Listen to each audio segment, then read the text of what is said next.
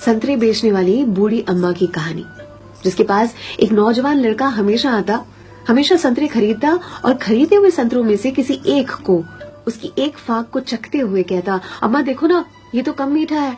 और अम्मा हमेशा दूसरी फाक को चखते हुए कहती, नहीं बेटा, ये तो बराबर मीठा है।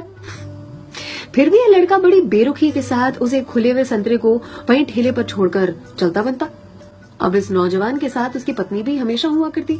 एक दिन पत्नी ने पूछा, ये जो तुम हर बार अम्मा के ठेले पर पहुंचकर नौटंकी शुरू कर देते हो, ये संतरा तो कम मीठा है, ये संतरा तो कम मीठा है।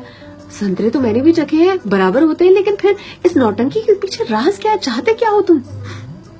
इस पर लड़के ने अपनी पत्नी को एक मीठी सी मुस्कान दी और कहा, मुझे भी पता है कि सारे के सारे संतरे बहुत ही मीठे होते हैं, लेकिन तुमने कभी अम्मा को देखा है? अम्मा इतनी गरीब है कि जो बेचती हैं उन्होंने कभी चखा भी नहीं होगा, इसीलिए तो एक खुला हुआ संतरा उनके ठेले पर छोड़कर आ जाता हूँ, मेरी ओर से उनके लिए।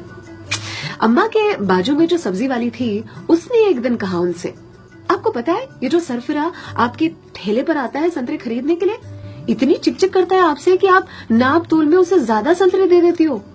इस पर अम्मा ने कहा कि वो कभी मुझसे संतरे की मिठास पर चिकचिक करता ही नहीं है, वो ये चिकचिक करता है मुझे संतरा खिलाने के लिए, एक छोड़कर जाता है। क्या मुझे पता नहीं है? उसकी चिकचिक में भी उसके प्यार की मिठास नजर आती है।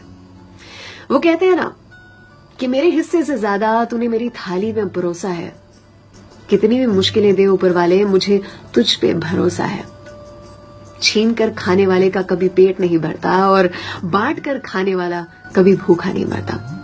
अगर कोई ऐसा दिखे, उसकी मदद जरूर से करे। इसी को तो कहते हैं जियो दिल से। सलाम, दुआ, वणकम, प्रणाम, सत श्री अकाल। केम छो सारू छे? अहमदाबाद आखुई मारू छे।